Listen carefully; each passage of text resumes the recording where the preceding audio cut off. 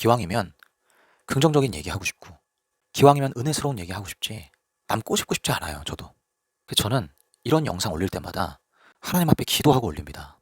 방금 전에도 한 15분 정도 기도하고서 그래도 이거 누군가는 외쳐야 되니까 그냥 또 보고만 있을 수는 없고, 잘못된 것들을 그냥 보고 넘어가는 건 정말 비겁한 것이다.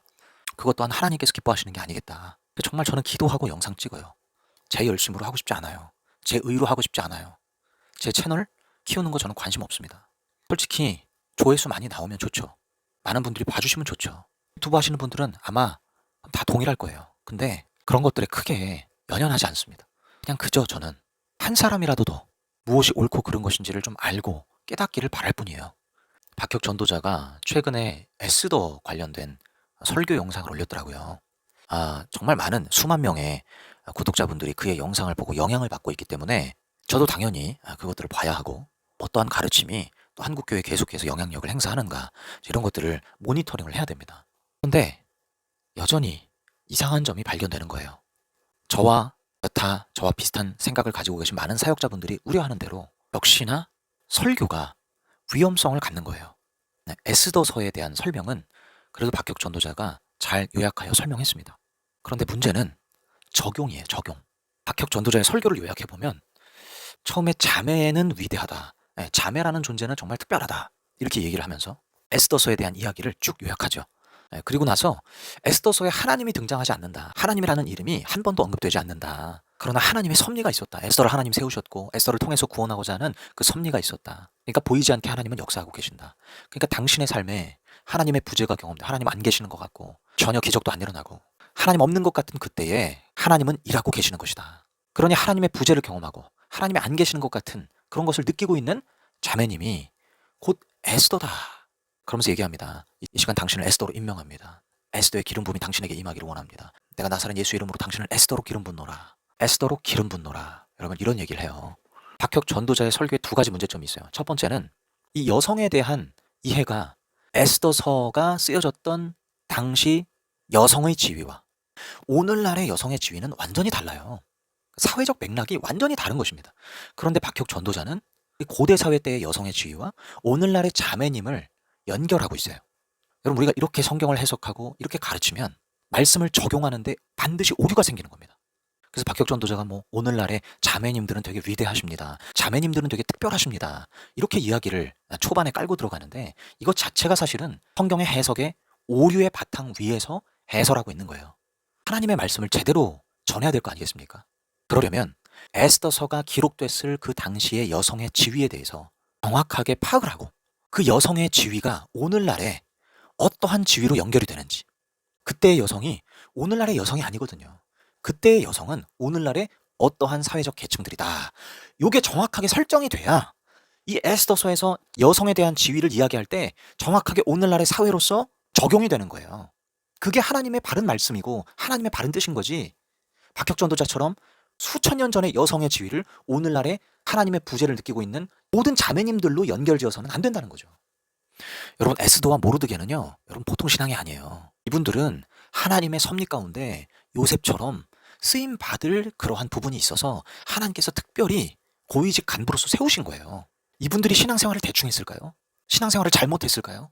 문제 있는 신앙생활을 했을까요? 아니요. 비록 박혁 전도자의 말대로 하나님의 어떤 역사가 에스더서에 잘 언급이 안 되지만 에스더와 모르드게는 굉장히 신앙생활에 열심인 사람들이었고 의로운 사람들이었고 하나님을 경외하는 사람들이었어요. 그러니까 보통 신앙이 아니었어요. 그래서 항상 늘 하나님과 교제하는 사람들이었을 거예요. 그러니까 에스더서는 이런 전제가 기본적으로 있는 것입니다. 그런데 박혁 전도자의 선포를 가만히 보면 이런 전제가 없어요. 그냥 하나님이 안 느껴지는 자매님, 하나님의 부재를 경험하는 자매님. 여러분, 우리가 신앙생활을 잘못하고 있는 것일 수도 있잖아요. 우리가 하나님을 바르게 안 믿고 있을 수도 있잖아요. 기도 생활 안 하고 있을 수도 있잖아요. 말씀도 안 보고 있을 수도 있잖아요. 경건 생활 안 하고 있을 수도 있잖아요. 우리의 나태함과 게으름으로 인해서, 그리고 어떤 일로 시험에 들거나 하나님을 원망하거나 하나님에 대한 어떤 실족함이 있는 상태일 수도 있어요. 그러니까 오늘날에 하나님의 부재를 경험하는 여러 가지 이유들이 있을 수 있는데, 이거를 그냥 단순하게 에스더서에서도 하나님의 이름이 언급이 안 돼 있으니 하나님의 부재를 경험하는 모든 자매님들은 다 에스더다, 이렇게 선언하는 것 자체가 여러분 비약이라는 것입니다. 비약. 비약이 뭔지 아세요? 논리적으로 안 맞는 거예요. 앞뒤가 안 맞는 것입니다. 적용을 하려면 동일한 맥락 가운데, 동일한 상황 가운데 동일한 속성을 가진 것들을 서로 연결을 해야 되는 것인데 완전히 다른 류의 속성일 수 있다는 거예요. 다른 류의 시험일 수도 있고 다른 류의 부재일 수도 있다는 겁니다. 그런데 이것을 단순하게 하나님의 부재를 경험한다고 해서, 그리고 여성이라고 해서 모두가 다 에스더라 이렇게 얘기하는 것은, 여러분 성경을 진지하게 연구하고 또 하나님 앞에 기도하면서 보는 입장에서 볼 때는요, 너무 주먹구구식 해석이에요. 그리고 박격전도자의 힘이 잔뜩 들어갑니다. 에스더로 기름을 붓는다는 거예요. 여러분 이 기름 붓는다, 이게 참 위험합니다. 아니 박격전도자가 뭔데, 아니 사람이 뭔데 기름을 붓습니까? 그런 말은 함부로 해서는 안 되는 거예요. 여러분 사도 바울이 이렇게 기름 붓는 사역을 했을까요? 예수님을 따르던 12제자들은 이런 기름 붓는 사역을 하지 않았어요. 그냥 오로지 예수 그리스도의 복음을 전했고 하나님의 말씀을 전했고, 그런 가운데 하나님 성령님께서 역사하셔서 기적을 일으키셨죠. 박격전도자처럼 대놓고 내가 당신을 에스더로 기름 붓습니다, 이런 얘기를 하지 않았단 말이에요. 그러니까 이 너무 위험한 사역이라는 거예요. 성경도 제대로 해석이 안 된 채 엉뚱하게 적용이 되고 엉뚱한 길로 성도들을 오도하는, 그리고 기름 붓는다라고 함으로써 사람들이 굉장히 뭔가 거기에 취하게 만들고, 그렇잖아요 여러분. 이거 받고 싶잖아요. 네. 에스더로 기름 붓노라 라고 하면 받고 싶어. 뭔가 역사가 일어날 것 같아, 뭔가 성령님께서 역사하실 것 같아. 그래서 아멘 아멘 하게 되는 거지만 이게 성경적인 가르침인가를 볼 때는 영 아니라는 거예요.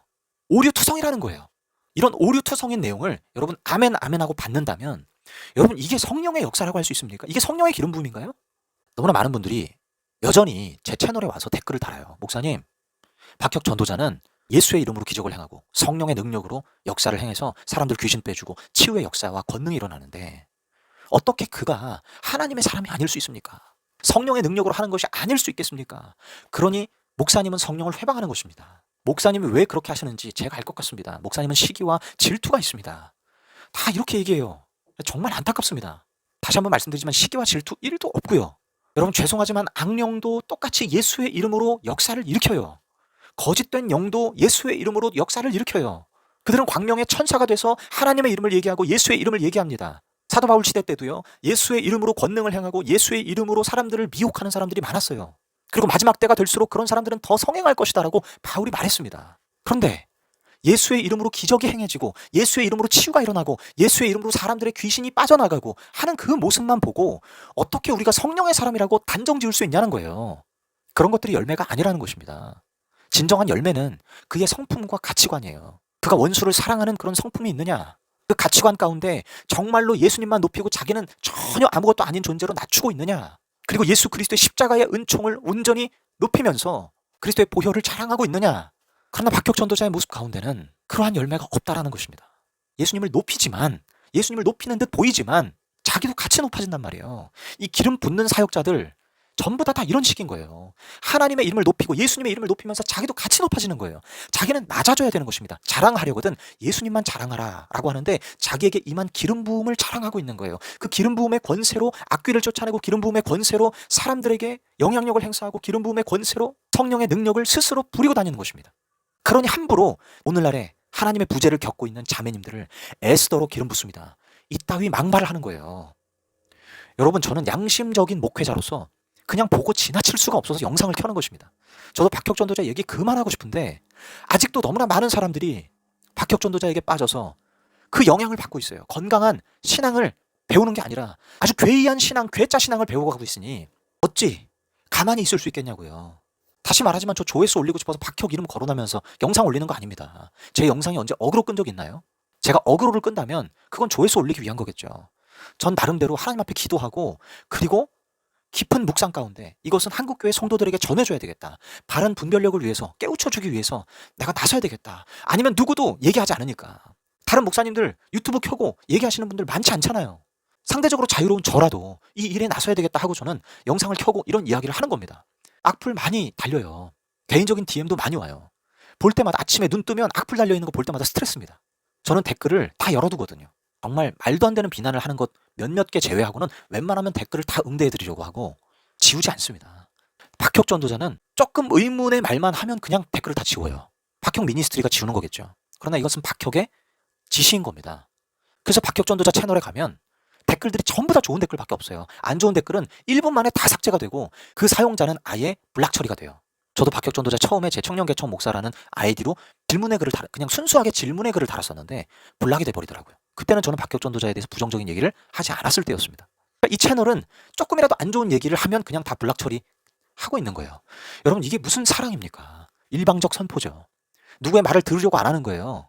그러니까 박혁 전도자가 스스로 핍박받는다고 얘기하는 거예요. 본인이 성경적이지 않은 것을 가르쳐 놓고는 성경적이지 않다라고 말해주는 사람들을 전부 다 쳐내는 것입니다. 여러분, 이것이 거룩한 성품입니까? 이게 사랑의 열매입니까? 아니잖아요. 여전히 너무나 많은 사람들이 박혁 전도자에게 정기 후원을 하고 있어요. 굉장히 많은 돈이 박혁 전도자에게 흘러가고 있습니다.